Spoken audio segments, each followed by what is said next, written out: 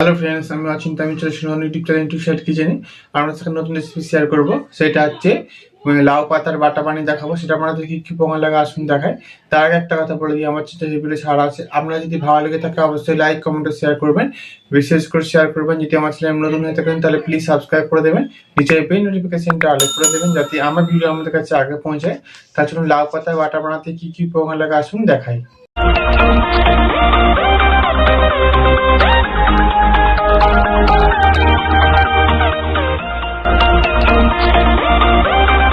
চলুন তাহলে লাউ পাতা বাটা বানিয়ে দেখাবো।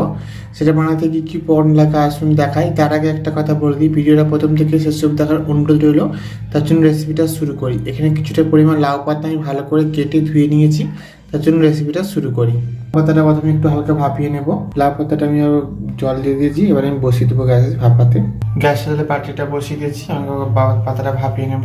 দেখুন আমি ভালো করে শাকটা ভাপিয়ে নিয়েছি। লাউ পাতাটা এটা আমি ছেঁকে নেব। এবার আমি মিক্সারের মধ্যে দিয়ে দেবো লাউ পাতাটা, রসুন পেঁয়াজ আর কাঁচা লঙ্কা দিয়ে দেবো, কালো জিরে দিয়ে দেবো, ভালো করে সব পেস্ট করে নেব। গ্যাসটা জ্বেলে কড়াটা বসিয়ে দিয়েছি। কড়াটা গরম হয়েছে, আমি তেল দিয়ে দেবো। তেলের ওপরে আমি দিয়ে দেবো বাটাটা, লবণ দিয়ে দেবো পরিমাণ মতো, ভালো করে নেড়ে চেড়ে ভালো করে ভেজে নেব। জলটা শুকনো করে নেবো একদম। দেখুন জলটা বেরিয়ে নিয়েছি। পাতাটা কেমন কালারটা চেঞ্জ হয়ে গেছে, এটা আমার হয়ে গেছে, তাই নামিয়ে নেব। দেখুন আমার লাউ পাতা বাটা রেসিপিটা হয়ে গেছে। এই রেসিপিটা যদি আমাদের ভালো লেগে থাকে অবশ্যই লাইক কমেন্ট ও শেয়ার করবেন, বিশেষ করে শেয়ার করবেন। আর প্লিজ সাবস্ক্রাইব করে আমাদের পাশে থাকবেন। চলুন তা দেখা হচ্ছে নেক্সট ভিডিওতে। এরকম নিত্য নতুন ভিডিও পাওয়ার জন্য আমাদের চ্যানেলটাকে অবশ্যই সাবস্ক্রাইব করে আমাদের পাশে থাকবেন।